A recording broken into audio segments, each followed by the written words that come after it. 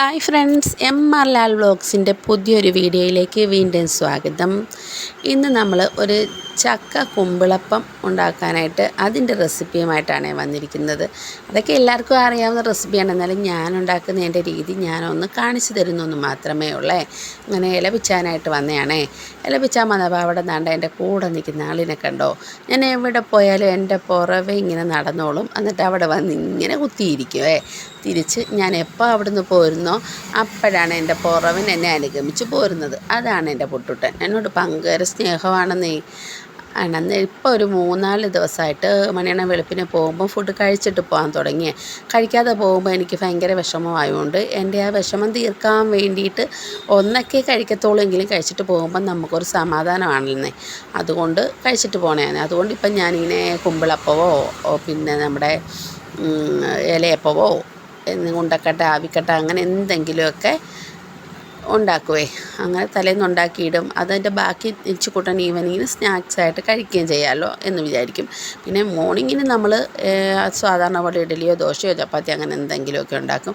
അങ്ങനെ നമ്മൾ മാവ് അരിച്ചെടുത്ത്, ഏത് മാവായാലും ഞാൻ അരിച്ചെടുക്കത്തുള്ളൂ. ഇത് നമ്മുടെ റേഷൻ കടയിലെ ആട്ടപ്പൊടി ഉണ്ടല്ലോ, അതായിരുന്നു. അതിലേക്ക് നമ്മൾ തേങ്ങ തിരുമ്മി വെച്ചിട്ടുണ്ടായിരുന്നു, അത് ചേർത്ത് കൊടുത്തു. പിന്നെ ഒരു 2-3 ഏലക്ക ചേർത്ത് കൊടുത്തിട്ടുണ്ട്.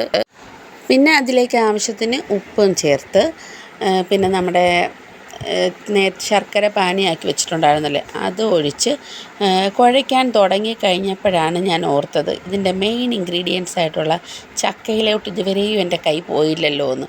പിന്നെ അതവിടെ വെച്ചിട്ട് പോയി ചക്ക എടുത്ത് റെഡിയാക്കി ഫ്രിഡ്ജിൽ വെച്ചേക്കുമായിരുന്നു. നേരത്തെ ചക്ക ഉണ്ടായതുകൊണ്ടാണ് ഞാനിന്ന് കുമ്പിളപ്പം ഉണ്ടാക്കാമെന്ന് വിചാരിച്ചത്.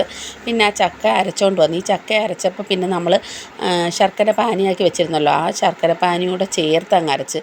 അല്ലെങ്കിൽ പിന്നെ നമുക്ക് വെള്ളം കൂടിപ്പോവും, മധുരം കുറഞ്ഞു വരും, അങ്ങനെയൊക്കെ പ്രശ്നം ഉണ്ടാവണ്ടല്ലോ എന്ന് വിചാരിച്ചിട്ട് അങ്ങനെ ശർക്കര പാനിയൂടെ ചേർത്തിട്ട് ചക്ക അരച്ചെടുത്തിട്ട് വന്നിട്ട് അതുകൂടി ചേർത്ത് മിക്സ് ചെയ്ത് അങ്ങ് എടുക്കുമായിരുന്നു. പക്ഷേ നമ്മൾ ആ ചക്ക അരച്ചതൂടെ ചേർത്തപ്പോഴത്തേക്കും കറക്റ്റായിട്ട് വന്നിട്ടുണ്ടായിരുന്നു.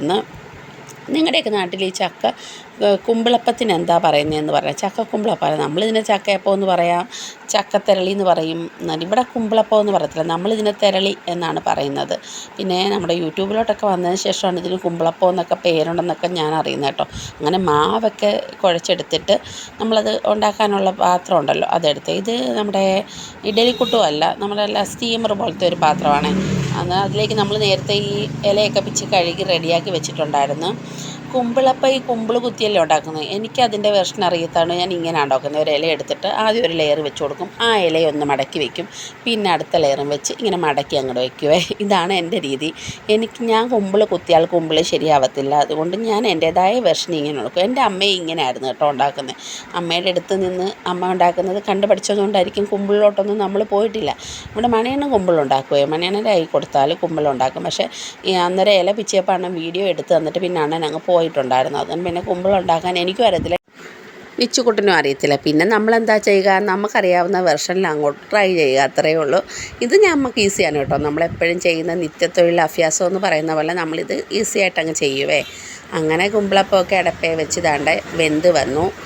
ചക്ക കുമ്പിളപ്പം ആയതുകൊണ്ട് നല്ല സോഫ്റ്റുമായിരുന്നു, നല്ല ടേസ്റ്റുമായിരുന്നു കേട്ടോ.